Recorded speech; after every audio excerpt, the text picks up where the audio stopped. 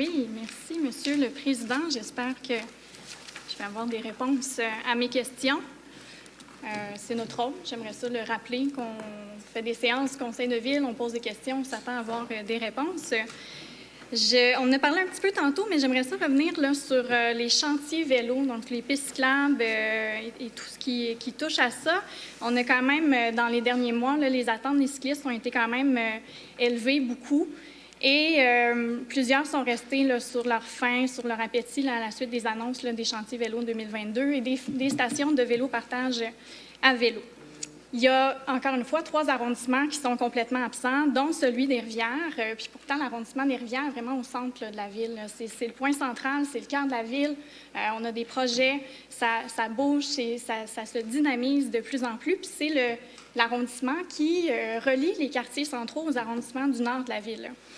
Alors, je pense que ça en fait quand même un arrondissement qui est incontournable dans la planification de la mobilité en général, mais aussi pour la mobilité active, là, comme le vélo. Donc, j'ai été quand même déçue de remarquer au premier coup d'œil sur la liste des projets 2022 que malgré les besoins évidents de faciliter les déplacements actifs dans les rivières, il n'y a aucun projet cyclable qui est prévu cette année, ni pour 2023, ni pour 2024 d'ailleurs.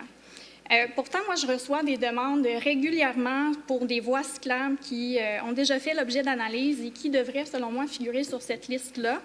Je reçois des demandes là, constamment. Là, la passerelle suivante pour relier Limoilou et Vanier, le lien entre Perle-Lièvre et Lormière pour aller chercher les cyclistes là, des quartiers nord, ou encore un lien pour relier le Lièvre au parc technologique.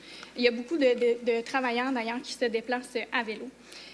C'est juste pour nommer ceux-là, mais le conseil de quartier Vanier a déposé plusieurs résolutions à ce sujet, puis ils ont également beaucoup de suggestions. Donc, bref, on en est là aujourd'hui.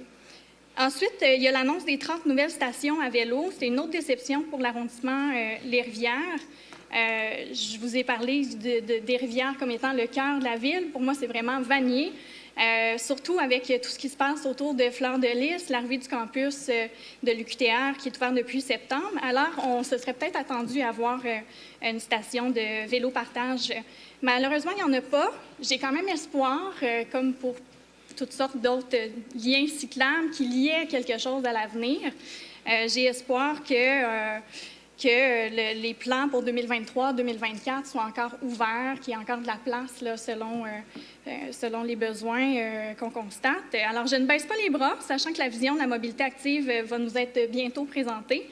On fonde de très grands espoirs sur cette vision-là et j'espère qu'elle va pouvoir répondre aux attentes des citoyens. Alors, merci, Monsieur le Président.